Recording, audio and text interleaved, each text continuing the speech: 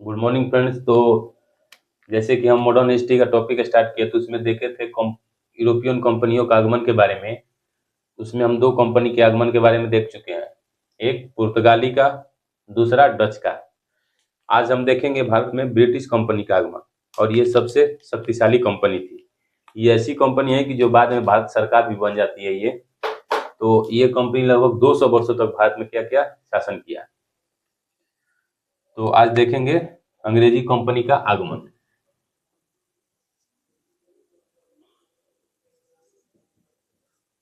भारत में ब्रिटिश का आगमन।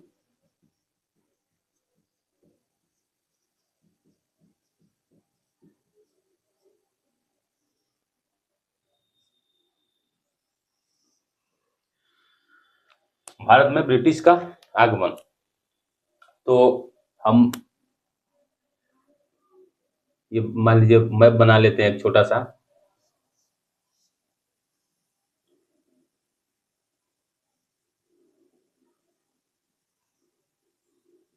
ये मान लीजिए भारत है। यहाँ पे क्या है, मुगल बैठे हुए हैं। यहाँ पे मुगल का शासन है। अब मुगल में भी कौन शासन था, कौन शासन कर रहा था यहाँ पे? अकबर प्लस जहांगीर। हम जहांगीर क्यों लिख रहे हैं, ये कुछ देर बाद आप लोग को पता चल जाएगा। जब ये कंपनी बनी तो अकबर का शासन था। जब वो लोग भारत में आए तो उस टाइम पे जहांगीर का शासन हुआ। भारत में ब्रिटिश का आगमन। तो जब भारत में पुर्तगाली और डच जब दोनों भारत से व्यापार कर रहे थे तो उनको ज़्यादा से ज़्यादा प्रॉफिट हो रहा था, और वो मसाला को लेकर कहाँ बेच रहे थे? यूरोपियों बाजार में। यूरोपियों बाजार में देख रहे थे, बेच रहे थे। तो यहाँ पे ब्रिटिश लोग क्या कर रहे थे, देख रहे थे कि उनको ज़्यादा से ज़्यादा प्रॉफिट हो रहा है। तो इन लोगों के मन में क्या हुआ कि हम लोग भी भारत से व्यापार करें, और भारत से व्यापार करके हम लोग सामान को फिर यूरोप में लाएं, यूरोप से बाकी देशों में, यूरोप के बाकी देशों में हम लोग भी बेचें, ताकि हम लोग को भी ज़्यादा से ज़्यादा प्रॉफिट हो। तो इसमें सर्वप्रथम यहाँ की महारानी कौन थी? महारानी एलिजाबेथ। Elizabeth first. यहाँ की महारानी कौन थी? Elizabeth first. इन्होंने क्या किया कि 1600 में कंपनी बनाई। 1600 ईस्वी में एक कंपनी स्थापित किया। 1600 ईस्वी में एक कंपनी स्थापित किया। 1600 ईस्वी में कहाँ पे स्थापित किया? इंग्लैंड में स्थापित किया। कंपनी का नाम क्या था?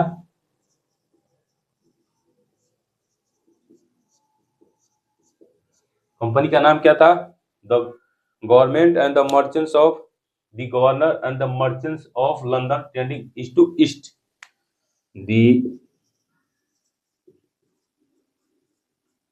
Governor and merchants of London trading into east. The governor and the merchants of London trading into east, ये कंपनी का नाम था। कंपनी कब बनी है? 1600 में। कैसी कंपनी है? एलिजाबेथ यानी महारानी के द्वारा बनाई गई कंपनी है। एक तरह से कैसी कैसी कंपनी हुई? प्राइवेट कंपनी हुई। कैसी कंपनी थी ये? Private company. जब प्राइवेट कंपनी है तो इसका मतलब इसको वहां की सरकार रेगुलेट नहीं करेगी। इसके जो बोर्ड ऑफ डायरेक्टर है वो स्वतंत्र होंगे, कोई भी निर्णय ले सकते हैं। और जो भी प्राइवेट कंपनी होगी वो क्या करेगी? अपनी ज्यादा से ज्यादा प्रॉफिट कमाना सोचेगी। तो कंपनी का नाम the governor and the merchants of London trading into east, यानी इसका ईस्ट नाम से आप देखिएगा, क्योंकि ये जो यूरोप है यानी जो इंग्लैंड है, तो इंग्लैंड से पूर्व में क्या है? भारत है। इसीलिए यहाँ लगा ईस्ट, क्योंकि वो लोग व्यापार कहाँ से कर रहे हैं? तो ईस्ट से यानी पूरब से व्यापार कर रहे हैं, इसीलिए लगा यहाँ ईस्ट। ये कंपनी 1600 में बनी। 1600 में किसका शासन था? अकबर का शासन था। अगर मान लीजिए पूछे कि जो ये कंपनी बनी थी किसके शासनकाल में बनी थी? अकबर के शासनकाल में। लेकिन भारत किसके शासनकाल में आएगी? वो जहांगीर के शासनकाल में आएगी। 1603 में क्या हुआ? 1603 ईस्वी में एलिजाबेथ फर्स्ट, एलिजाबेथ फर्स्ट की क्या हो गई? मृत्यु हो गई। एलिजाबेथ फर्स्ट की मृत्यु हो जाती है कब? 1603 में। और 1605 में अकबर की भी मृत्यु हो जाती है। आप लोग मध्यकालीन भारत में ये पढ़े होंगे कि 1605 में अकबर की मृत्यु हो जाती है। 1605 में ये भी खत्म, 1603 में एलिजाबेथ फर्स्ट ये भी मर गई हैं। यहाँ पे जेम्स फर्स्ट राजा बना। किसने? James first. जब एलिजाबेथ मर जाती हैं तो जेम्स फर्स्ट राजा बनता है। और उसने क्या किया कि इस कंपनी को भारत से व्यापार करने के लिए भेजा। किसको? इस कंपनी को, the governor and the merchants of London trading in east. 1603 में ये मर जाती हैं। इसके बाद यहाँ का राजा जेम्स फर्स्ट बना। उसने क्या किया कि जो ये कंपनी थी इसको बोला कि ठीक है आप भारत से व्यापार करिए। तो सबसे पहले भारत से व्यापार करने के लिए क्या चाहिए? भारत के जो राजा थे उनकी अनुमति चाहिए। तो उस समय भारत में किसका शासन था? मुगलों का शासन था।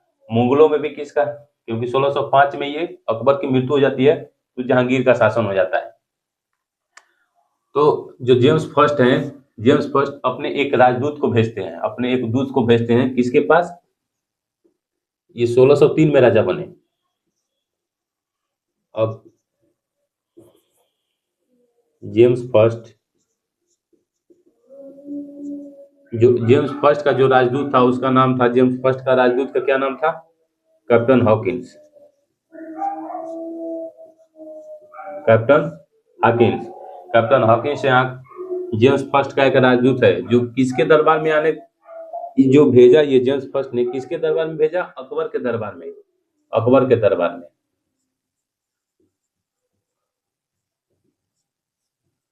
अकबर के दरबार में भेजा। लेकिन क्या अकबर थे? अकबर तो मर चुके हैं 1605 में ही। तो ये किसके दरबार में पहुंचता है? जहांगीर के।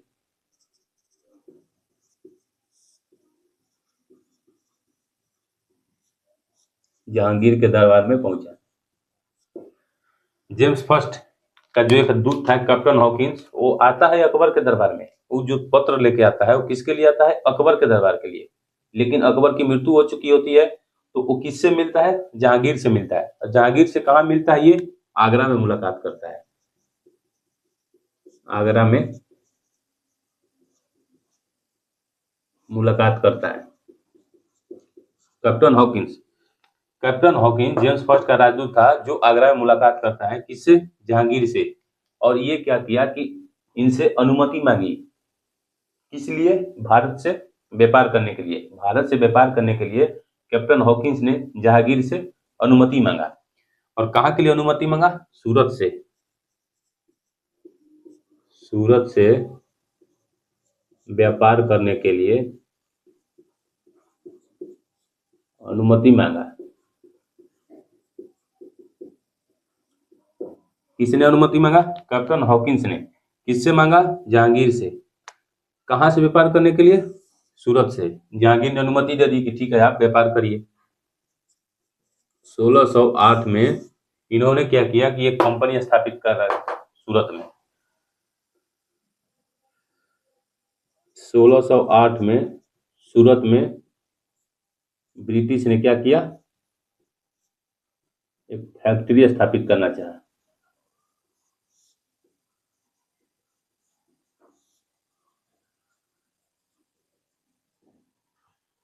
फैक्ट्री स्थापित कहाँ किया? सूरत में ब्रिटिश ने एक फैक्ट्री स्थापित करना चाहा। कहाँ पे? सूरत में। लेकिन इसको क्या किया? अंग्रेज ये जहांगीर द्वारा बंद कर दिया गया। जहांगीर द्वारा बंद करा दिया गया।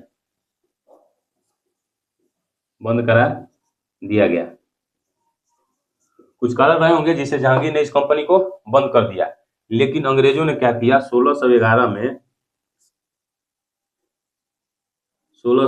में अपनी एक फैक्ट्री बना ली। कहाँ? मसूलीपट्टनम में।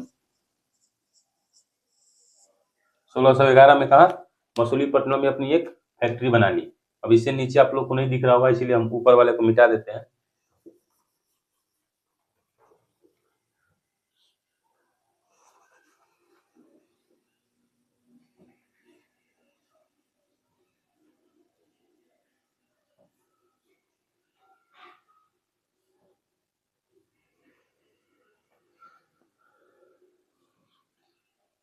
पहले इनकी अनुमति कहाँ मिली? सूरत में। लेकिन पहली फैक्ट्री कहाँ बनी? बनना तो शुरू हुआ सूरत में ही, लेकिन 1608 में जहांगीर ने वो बंद करा दिया, वो काम को बंद करा दिया। तो पहली फैक्ट्री कहाँ बनकर तैयार हुई? मसूलीपट्टनम में। और मसूलीपट्टनम याद रखिएगा, पहली फैक्ट्री किसकी बनी है? डचों की बनी है। यानी डच के बीच में और ये जो ब्रिटिश हैं, इन दोनों कंपनियों के बीच में क्या होगी? होड़ मची रहेगी। इसको हम इंटरलिंक इसलिए कर रहे हैं ताकि इसकी जरूरत आगे भी पड़ेगी, क्योंकि फ्रांसीसी भी आएंगे, तो फ्रांसीसी भी जहां जहां अंग्रेज अपनी फैक्ट्री स्थापित किए हैं, वहां वहां फ्रांसीसी भी अपनी फैक्ट्री स्थापित करेंगे, और तीनों कंपनियों के बीच में क्या होगी? होड़ मची रहेगी। और इसी कारण से क्या होगा कि तीनों कंपनियों के बीच में लड़ाई होगी। तो 1611 में मसूलीपट्टनम में फैक्ट्री बनी। 1613 में सूरत में भी फैक्ट्री बन गई।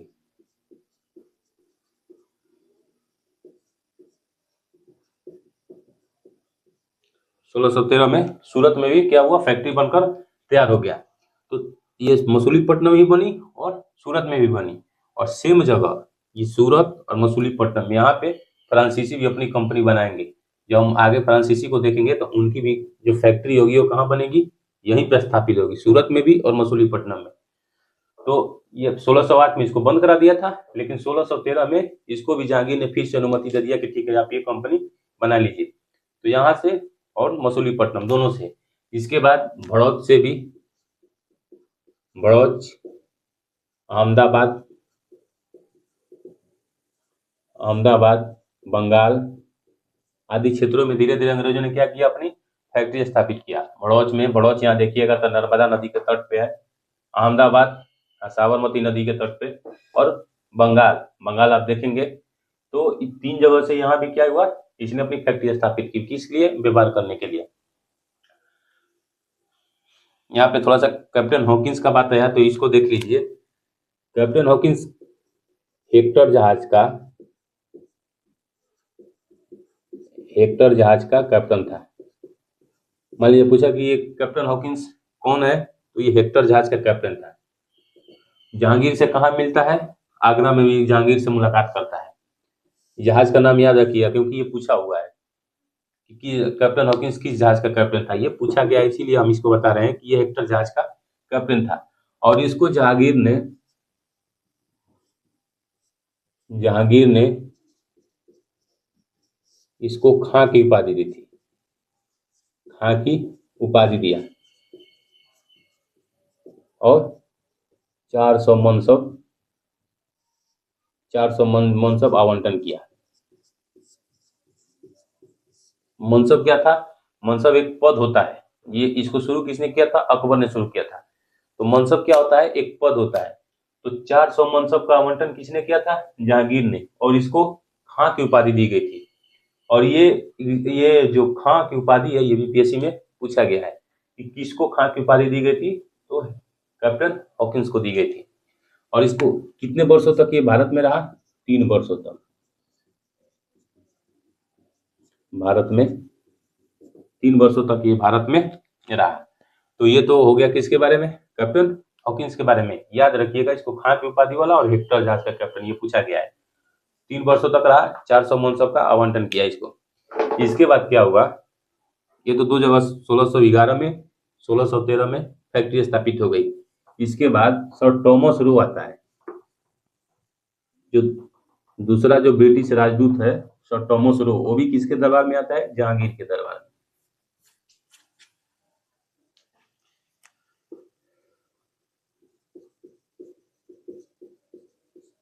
सर टॉमस रो जहांगीर के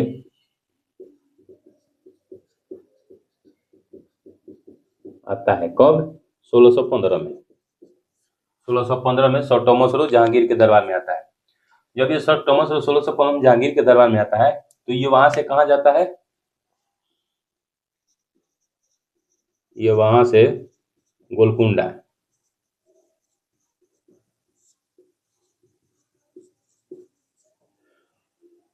ये क्या करता है कि यहाँ से इधर की तरफ साउथ की तरफ भ्रमण करता है, यानी इधर घूमता है, क्योंकि इधर क्या है, ये सब हमारे समुद्री इलाके हैं। जब समुद्री इलाके हैं तो यहाँ अगर मान लीजिए यहाँ मिल जाए कोई एरिया, यहाँ इससे क्या होगा, समुद्री से व्यापार करना क्या होगा, आसान होगा। तो ये क्या चाहता था छोटा मसरो, कि हम लोग क्या करें, धीरे धीरे मतलब यहाँ के राजा से मिलके या फिर यहाँ के राजा से मिलके, जैसे देखिएगा तो यहाँ कर्नाटक में अनवरुद्दीन का शासक होगा, अनवरुद्दीन। तो मतलब यहाँ से या फिर यहाँ से क्या करें कि हम लोग धीरे धीरे कुछ एरिया लेकर हम लोग यहाँ से व्यापार करें, अपना फैक्ट्री स्थापित करें समुद्री तट पे, जैसे सूरत था, मछलीपट्टनम था। तो 1632 में क्या हुआ, गोलकुंडा के राजा ने गोलकुंडा के राजा ने सुनारा फरमान जारी किया। ये फरमान क्या था कि ये लोग गोलकुंडा से जो समुद्री इलाके हैं वहां से ये लोग व्यापार कर सकते हैं, और कितने पे, 500 पैगोडा पे, 500 पैगोडा वार्षिक पे ये लोग क्या कर सकते हैं, गोलकुंडा से व्यापार कर सकते हैं, कितने पे, 500 पैगोडा वार्षिक दर पे। कब मिला ये फरमान, 1632 में। इसके बाद 1639 में, 1639 ईस्वी में चंदनगर के राजा, चंदनगर के राजा से इनको क्या मिल गया, तमिलनाडु, जो आजकल ये बोलते हैं तमिलनाडु, यानी उस टाइम पे ये बोलता था मद्रास, मद्रास मिल गया। कितना पे, 12,000 रुपए, 12,000 रुपए वार्षिक पट्टे पे। 500 पैगोडा पे तो कहाँ से मिला, गोलकुंडा से। इसके बाद 1639 में चंदनगर के राजा ने क्या किया, इनको 12,000 रुपए वार्षिक पट्टे पे क्या किया, मद्रास दे दिया। ठीक है, आप मद्रास से व्यापार करिए। और मद्रास ये आजकल ये बोलते हैं, ये तमिलनाडु का इलाका।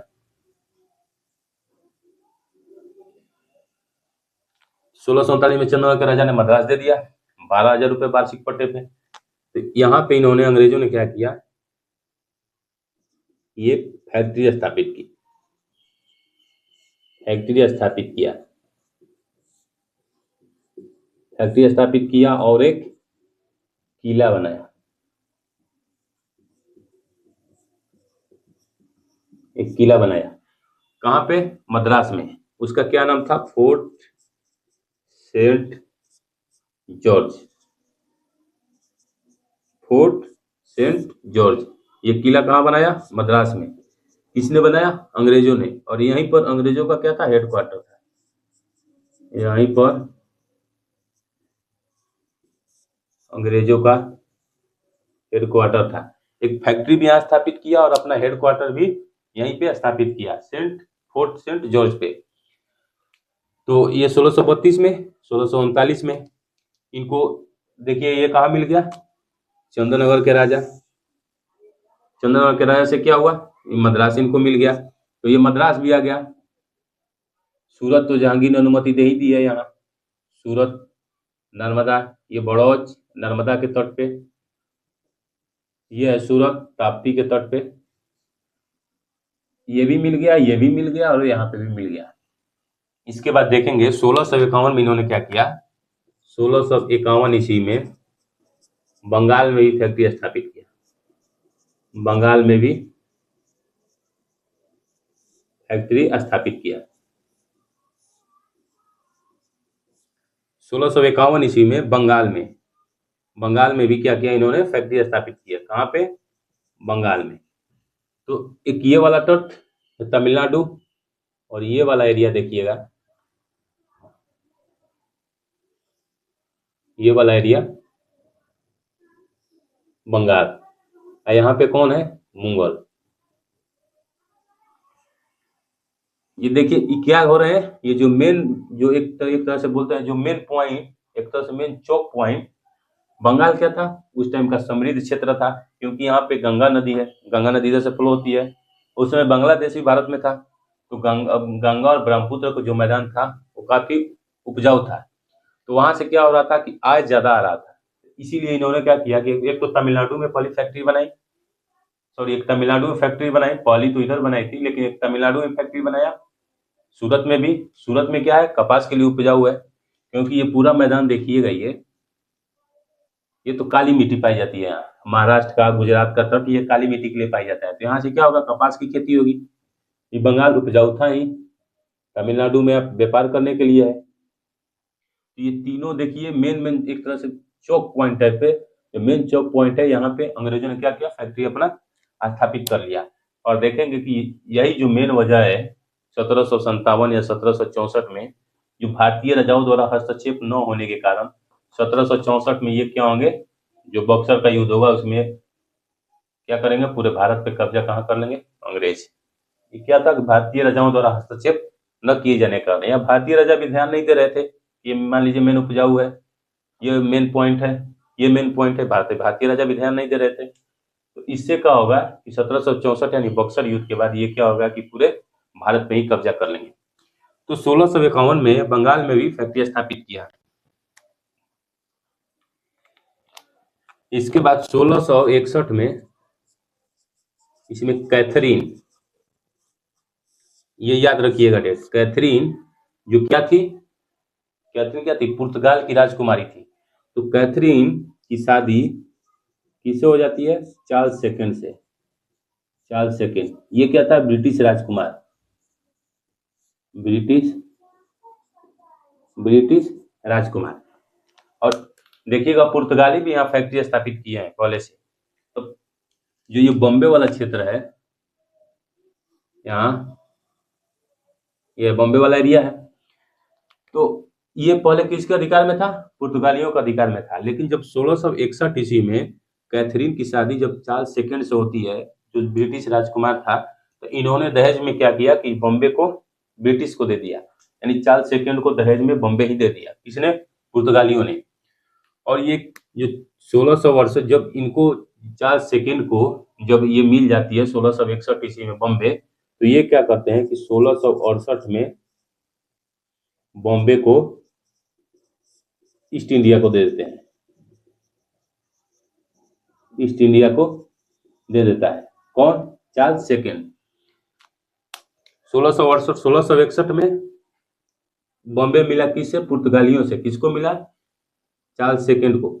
इसके बाद 1668 में जो ये बॉम्बे है ईस्ट इंडिया कंपनी को दे देता है कौन, चार्ल्स सेकंड। इसके बाद क्या होता है कि ईस्ट इंडिया कंपनी ने बॉम्बे शहर बसाया इस पे, जो आजकल हम बॉम्बे जानते हैं वो किसने बसाया था, ईस्ट इंडियन कंपनी ने।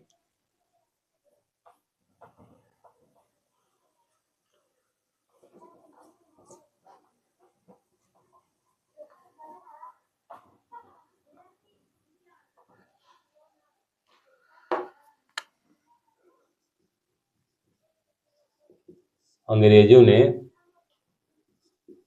क्या किया, बॉम्बे शहर बसाया, बॉम्बे शहर बसाया। और अंग्रेजों में खासकर किसने बसाया था,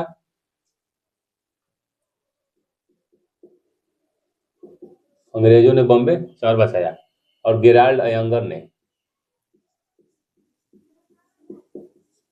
गेराल्ड अयंगर, इनको बॉम्बे शहर का संस्थापक माना जाता है, किसको, गेराल्ड अयंगर को। जब ये 1668 में इन्हें फैक्ट्री बना दी, सॉरी 1668 में इन्होंने क्या किया, बॉम्बे शहर बसा दिया, कहाँ पे, यहाँ पे। और बॉम्बे शहर किस द्वीप पे है, सालसीट द्वीप पे है। ये देखिएगा तो कुछ भारत का मैप देखिएगा तो कुछ इस तरह का ये निकला हुआ है, यहाँ तीन तरह से पानी है। ये क्या है, सालसीट द्वीप, सालसीट द्वीप, सालसीट द्वीप पे ही बॉम्बे शहर बसा गया है। शायद खैर ये तो ज्योग्राफी का टॉपिक को हम पढ़ाएंगे आगे। तो अंग्रेजों ने बॉम्बे शहर बसाया, किसने बसाया था, गेराल्ड अयंगर ने। जब ये फैक्ट्री यहाँ स्थापित होती है तो बंगाल में 1651 में इन्होंने फैक्ट्री स्थापित कर लिया। इसके बाद क्या हुआ कि जहांगीर के बाद शाहजहां, शाहजहां के बाद यहाँ का शासक बनता है किसने, औरंगजेब। तो 1680 में औरंगजेब शासक बनता है, कहाँ का, भारत का। औरंगजेब मुगल शासक होता है, मुगल शासक बनता है। कब? 1680 में। इन्होंने क्या किया कि जो फैक्ट्री थी उस पे, जो ब्रिटिश फैक्ट्री थी उस पे 1.5% जजिया लगा दिया। इन्होंने ब्रिटिश कंपनी पर 1.5% का जजिया लगा दिया। जजिया, जजिया क्या होता था? गैर हिंदू से जो, सॉरी, गैर मुस्लिम थे उससे जो कर लिया जाता था, यानी मुस्लिम को छोड़कर बाकी हर किसी से जो लिया जाता था कर, वो जजिया होता था, यानी गैर मुस्लिम से। तो 1.5% इन्होंने क्या किया, जो ब्रिटिश फैक्ट्री थी उस पर क्या किया इन्होंने, टैक्स लगा दिया। तो जिसके कारण क्या हुआ कि एक 1688 में औरंगजेब के साथ, Aurangzeb versus child, sir John child के साथ एक युद्ध होता है, क्योंकि अंग्रेज इससे नाराज हो जाते हैं कि हमको 1.5% टैक्स लगा दिया। तो इसके क्या होता है कि औरंगजेब और इसके बीच में, सर जॉन चाइल्ड के बीच में युद्ध होता है, जिसमें ये लोग क्या होते हैं, हार जाते हैं। हार जाते हैं तो इनको औरंगजेब भारत से भगा देता है। जब औरंगजेब भारत से भगा देता है तो ये कहाँ रुकते हैं, फुल्टा नामक द्वीप पे। फुल्टा नामक द्वीप पर रुकते हैं। फुल्टा नामक द्वीप पे रुकते हैं। इसके बाद क्या होता है कि इसी में से एक अंग्रेज अधिकारी था, जॉब चार्नक। तो जॉब चार्नक जो है वो क्या करता है कि इसी में से जो अंग्रेज अधिकारी था वो आके फिर से औरंगजेब से क्षमा याचना करता है। तो जब जॉब चार्नक इससे क्षमा याचना करता है, कौन था, जॉब चार्नक क्षमा याचना करता है, तो औरंगजेब इन लोग को माफ कर देता है और फिर से भारत से व्यापार करने की अनुमति दे देता है औरंगजेब। और इन लोग पे 1.5 लाख का जुर्माना लगाता है। 1.5 लाख का जुर्माना लगाता है। जॉब चार्नक फिर से अनुमति दे देता है, सॉरी, जॉब चार्नक को औरंगजेब फिर से अनुमति दे देता है और 1.5 लाख का जुर्माना लगाता है। ठीक है, आप 1.5 लाख रुपया दीजिए इस जो युद्ध हुआ है उसमें हार जाने के रूप में, और इसके बाद आप फिर से क्या करिए कि भारत से व्यापार करिए। किसने अनुमति दी? औरंगजेब ने अनुमति दी। किसके साथ युद्ध हुआ? 1688 में Aurangzeb versus sir John child. इसके बाद क्या हुआ कि बंगाल में एक दीवान, उस टाइम पे क्या होता था, ये तो मेन शासक हुए, जैसे ये मेन शासक जो दिल्ली में बैठते थे, लेकिन जो उनका अधिकार क्षेत्र था वहां पे एक तरह से मानिए तो उप शासक के रूप में नियुक्ति करते थे। तो जो यहाँ का दीवान बना वो अजीम उन बना, अजीम उन शान, जो बंगाल का दीवान था, यानी बंगाल का मान लीजिए शासक अजीम उन शान, अजीम उन शान, अजीमुन शान बना। इसने क्या किया कि अंग्रेजों को 3 गांव दे दिया, 3 गांव का दीवानी अधिकार दे दिया। किसने? बंगाल का शासक था अजीम उन शान ने, अजीम उन शान। 3 गांव कौन कौन थे? सूतानाटी,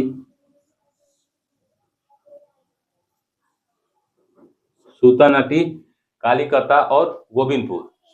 सूतानाटी, कालीकटा और गोविंदपुर। गोविंदपुर, सूतानाटी, कालीकटा, गोविंदपुर। तो इन तीनों को जब दीवानी अधिकार मिला तो इन तीनों को मिलाकर जॉब चार्नक ने एक शहर बसाया जिसे कलकत्ता कहा जाता है।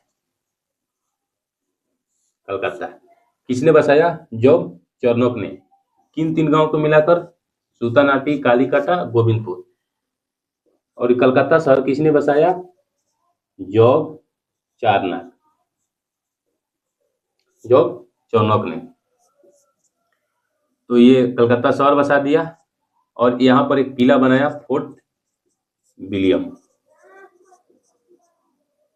फोर्ट विलियम एक किला बनाया और इस किले का जो पहला शासक था वो कौन नियुक्त हुआ?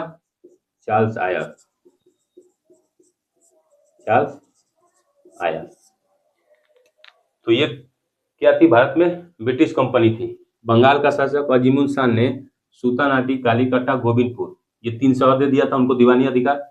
उन्होंने क्या किया कि एक तीनों को मिलाकर एक शहर बसाया जिसको आज हम लोग कलकत्ता कहते हैं। किसने बसाया था? जॉब चार्नक ने। और वहां पे किला बनाया था फोर्ट विलियम। इसका प्रथम जो शासक था वो कौन था? चार्ल्स आया। तो इस तरह से ये था भारत में ब्रिटिश का आगमन। और देखिए ये मेन मेन शहर है, बॉम्बे इनको मिल गया, अभी भी आज भी देखिएगा तो ये मेन शहर है बॉम्बे। अधिकार सॉरी ये व्यापार की दृष्टि से बॉम्बे, कलकत्ता और तमिलनाडु यानी मद्रास, ये क्या है? हमारे 3 इंपॉर्टेंट शहर हैं, किसके लिए? व्यापार की दृष्टि से। तो ये तो भारत में ब्रिटिश का आगमन था। हम इसके नेक्स्ट क्लास में देखेंगे फ्रांसीसियों के आगमन के बारे में। अगर आप लोग को अच्छा लगा हो तो इसको ज़्यादा से ज़्यादा शेयर कीजिए प्लीज़। तो आज के लिए इतना ही, नेक्स्ट क्लास में हम फ्रांसीसियों का आगमन का देखेंगे। तब तक के लिए धन्यवाद।